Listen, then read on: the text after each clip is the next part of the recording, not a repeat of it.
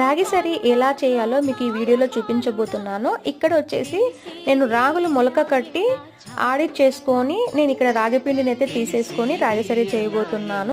ఇక్కడ వచ్చేసి నేను 2 కప్స్ అయితే రాగి పిండి తీసుకున్నాను. అదే సేమ్ కప్పులో నేను ఇక్కడ 2 గ్లాసెస్ పాలు తీసుకుంటున్నాను.